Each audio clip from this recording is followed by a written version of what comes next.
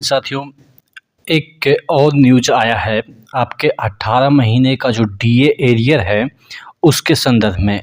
आपको भी पता है कि जिस तरीके से मोदी जी कर्मचारियों के बारे में सोचते हैं, कितना मतलब कि अच्छा सोचते हैं, ये आपको भी पता है।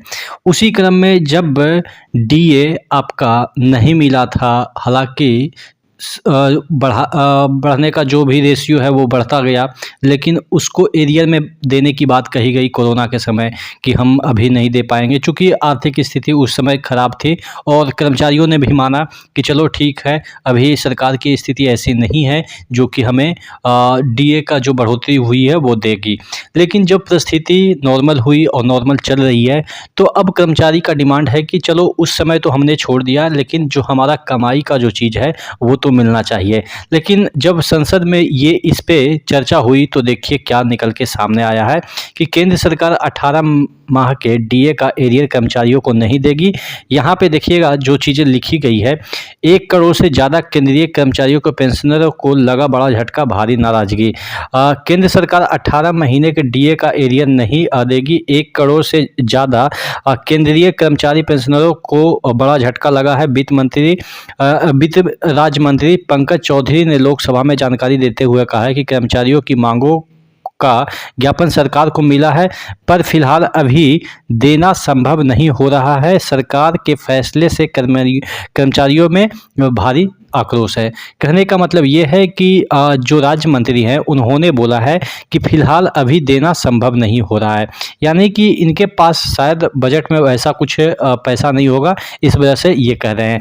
यहाँ पे आगे देखते हैं कि क्या इन्होंने कहा है। राष्ट्रीय परिषद जेसीएम स्टाफ साइड के प्रतिनिधियों सहित विभिन्न कर्मचारी संगठनों ने डीओपीटी के सचिव से आग्रह किया है कि 18 महीने का डीए एरियर कर्मियों का हक है। केंद्र सरकार के कर्मियों एवं पेंशनरों को कोरोना काल के दौरान रोके गए डीए डीआर का एरियर जारी किए जाए। राज्यसभा सदस्य जावेद अली खान और रामजी लाल शर्मा ने सदन में यह सवाल पूछा था कि क्या जो सरकारी कर्मचारी है को कोरोना काल के दौरान रोके गए डीए डीआर का एरियर भुगतान जारी करने के लिए सक्रिय है या नहीं। दोनों सांसदों ने पूछा, अगर सरकार यह भुगतान जारी नहीं कर रही है तो उसका क्या कारण है। भारतीय अर्थव्यवस्था विधि में तीसरी जो बड़ी अर्थव्यवस्था है, इस साल डीए डीआर जारी करने के लेकर कर्मचारी संगठनों को कितने प्रतिवेदन प्राप्त हुए हैं, सरकार ने उस पर क्या कार्रवाई की है, तमाम जितने भी प्रश्न हैं वो दोनों सांसदों ने उठाया आपके लोकसभा में। तो इस सवालों के जवाब में वित्त राज्य मंत्री पंकज चौधरी ने कहा है कि कोरोना काल में अर्थव्यवस्था की स्थिति ठीक नहीं होने के कारण डीए डीआर रोका गया था, तब सरकार पर वित्तीय दबाव था। एनसीजेसीएम सहित विभिन्न कर्मचारी संगठनों की तरफ से इस बाबत का प्रतिवेदन प्राप्त हुआ है, यानी कि तमाम जितने भी संगठन है उसके द्वारा प्रतिवेदन दिए गए हैं और उसका प्राप्त हुआ है।